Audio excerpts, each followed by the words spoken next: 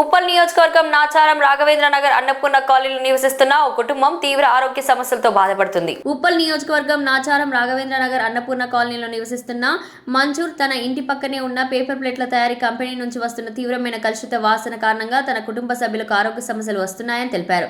ఈ విషయమై పలుమార్లు జీహెచ్ఎంసీ అధికారులకు ఫిర్యాదు చేసినప్పటికీ ఎలాంటి చర్యలు తీసుకోవడం లేదని వాపోయారు. తన ఆవేదనను వీడియో రూపంలో వెల్లడించిన మంజూర్ సంబంధిత అధికారులు వెంటనే స్పందించి సమస్యను పరిష్కరించాలని కోరారు. రాఘవేంద్ర అన్నపూర్ణ కాలేజ్లో పేపర్ ప్లేట్ల కంపెనీ ఫ్యాక్టరీ పెట్టింది సార్. మన హౌస్ నెంబర్ 7-7/37 లో ఉంది sir. Raghavendra Annapurna college street number 7 లో వస్తుంది సార్.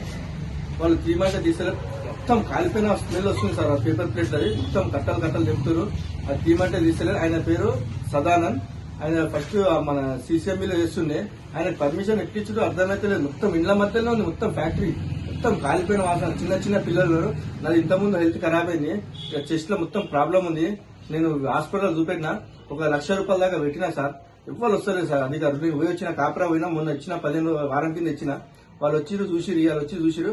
వాళ్ళకి చెప్తే వాళ్ళు తీయను అది చేయను అంటే అంటుంది సార్. వాళ్ళ పేరు సదానంద్ సార్.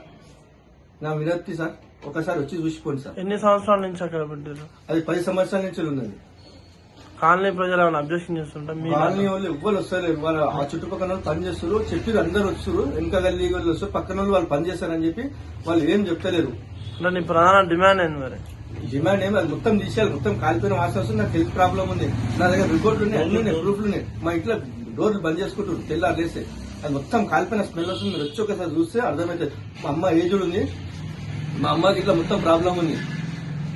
మా అన్న వచ్చిండు. మా అన్నకి ఎలర్జీ మొత్తం దురద మొత్తం.